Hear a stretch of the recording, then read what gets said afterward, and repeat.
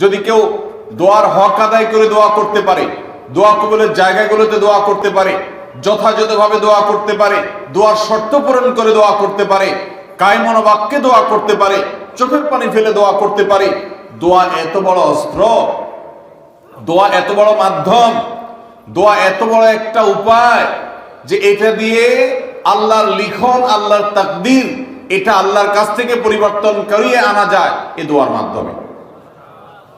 অথচ এই দোয়াও আমরা বেশি মানুষ করতে পারি না।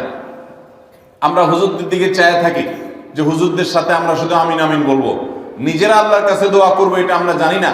অথচ আল্লাহ বলেছেন উদউনি আস্তাজিব লাকুম, তোমরা আমার কাছে দোয়া করো, আমি তোমাদের দোয়া কবুল করব। অতএব ভাইরা আমার, আমরা আল্লাহ রাব্বুল আলামিনের কাছে আমাদের ভাগ্যে যেন ভালো কিছু লেখা হয়, সেজন্য আল্লাহর কাছে বেশি বেশি করে দোয়া করব। এবং আমাদের তাকদীরে যদি কোনো ক্ষতিকর কিছু থাকে তো সেটা যেন আমাদের ক্ষতি না করে আল্লাহ রাব্বুল আলামিন যেন আমাদের প্রতি রহম করেন, এই মর্মে আমরা যদি দোয়া করি তো দোয়ার মাধ্যমে আল্লাহ তাআলা তাকদীরও পরিবর্তন করে। অবশ্য তাকদীরের মধ্যে দুইটা প্রকার আছে, একটা তাকদীরে মুবরাম আর একটা তাকদীরে গায়রে মুবরাম। তাকদীরে গায়রে মুবরাম যেটা, সেটা তাকদীর দোয়ার মাধ্যমে ফয়সালা আল্লাহ পরিবর্তন করেন।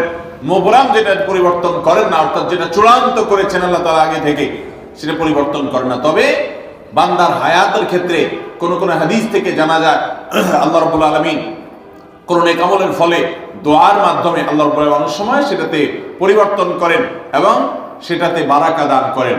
অতএব আমাদেরকে তাকদীর, ভাগ্য যেন সুপ্রসন্ন হয়, আমাদের নসিব যেন ভালো হয়, আল্লাহ যেন ভালো কিছু দান করেন, সেজন্য শবে বরাতে রাত ভরে ইবাদত বন্দিগি এই জন্য নয়, বরং আমাদের ভাগ্যে ভালো কিছু হওয়ার জন্য বছর জুড়ে আমাদেরকে নেক আমল করতে হবে।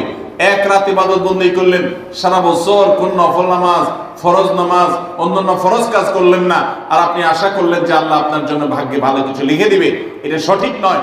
আর ভাগ্যের নির্ধারণটা মূলত লাইলাতুল কদর, এটি বোঝা যায় সূরা দুখান থেকে, অন্যান্য সূরা থেকে।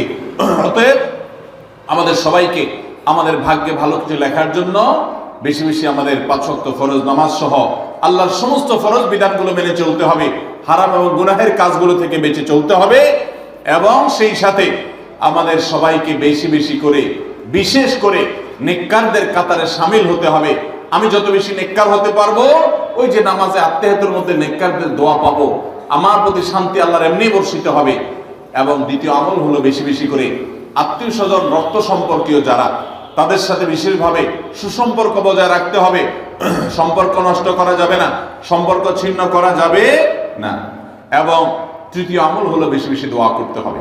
এই তিনও আমল যখন আমরা একযোগে চালাবো, একদিক থেকে সাধারণ সব নেক আমল করব, বিশেষভাবে আমি আত্মীয় স্বজনের সাথে সম্পর্ক বজায় রাখার চেষ্টা করব, এবং আল্লাহর কাছে দোয়ার আমলটা বেশি বেশি করব, বরকত নাজিল হওয়ার মতো কাজগুলো বেশি বেশি করব। ইনশাআল্লাহ আল্লাহ রাব্বুল আলামিন আমার নসিবে ভালো কিছু দিবেন এবং মন্দ কিছু থেকে আমাকে বাঁচাবেন। নবী করিম সাল্লাল্লাহু আলাইহি সাল্লাম আল্লাহর কাছে দোয়া শিক্ষা দিয়েছেন, আল্লাহুম্মা ইন্নী আউযু বিকা মিন দারকিল বালা, আল্লাহুম্মা ইন্নী আউযু বিকা মিন সুইল কাদা। আল্লাহ, আপনার কাছে আমার ভাগ্যের ক্ষতি থেকে আমি আপনার কাছে পানা চাই। অর্থাৎ আমার তাকদীরে, কাজার মধ্যে যদি কোনো ক্ষতিকর কিছু আপনি লিখে থাকেন, তাহলে সেই সুউল কাজা, এটা থেকে আমি আপনার কাছে পানা চাই। অতএব এই মর্মে আল্লাহর কাছে যত বেশি আমরা দোয়া করব, আল্লাহ রাব্বুল আলামিন আমাদেরকে তত বেশি হেফাজত করবেন।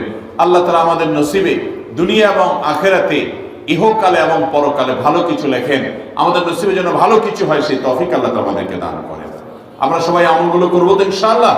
আল্লাহ আমাকে আপনাকে আমাদের সবাইকে আমলের তৌফিক দান করুন। জাযাকুমুল্লাহু খায়রা ওয়া আখিরু দাওয়ানা আনিল হামদুলিল্লাহি রাব্বিল